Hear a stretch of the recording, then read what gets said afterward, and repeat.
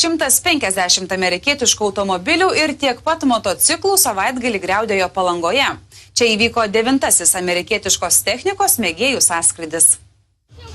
Jau 9. kartą Palangoje įvyko amerikietiškų automobilių ir motociklų mėgėjų sąskrydis American Spirit. Žiūrovai pasigrožėti amerikietišką techniką turėjo ne vieną progą.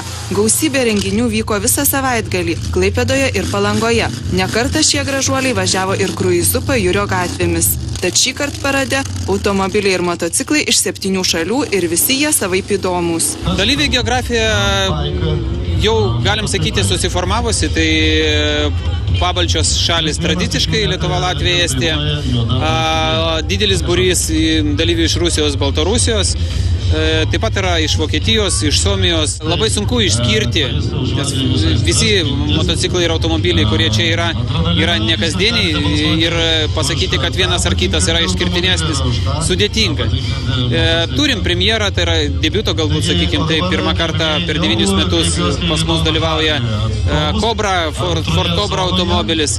Taip pat pirmą kartą šiais metais renginyje dalyvauja Victory motociklai. Būtent Ford Cobra bene labiausiai traukia smalsuolių akį. Neįmanoma atsispirti pagundai atsisėsti už šio automobilio vairo. Net 150 automobilių ir tiek pat motociklų šį savaitgalį sudrebino Palangą. Ir panašu, kad amerikietiškos technikos variklio gausmas pati maloniausia muzika čia susirinkusiems. Šio automobilio širdis 8 cilindrų ir 7200 kubinių centimetrų variklis. Automobilis turi 5 greičio pavaras ir šis modelis brangiausias egzempliorius šiuometiniame American Spirit sąskrydyje.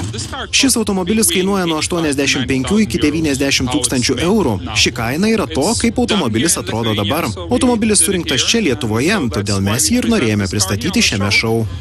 Na, o šitas automobilis Ford Shelby buvo pats garsiausias sąskrydyje ir tai tiesioginė prasme.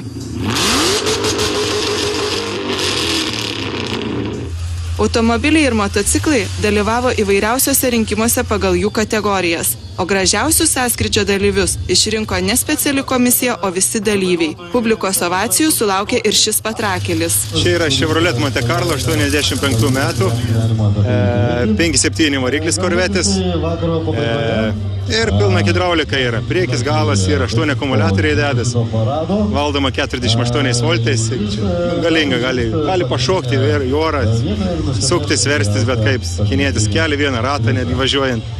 Galima 3 ratais pasikėlus važiuoti.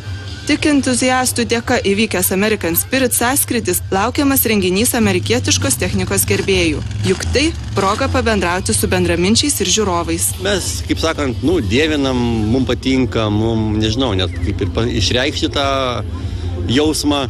Ir pirmiausiai turim ne po vieną mašiną kiekvienas, nes jeigu vieną įsigyji, jau žiūri į kitą, o dar jeigu nuvažiuoji į kokią Švediją, ten pamatai jų tūkstančiais, tai, žinot, ramiai nebepraeini.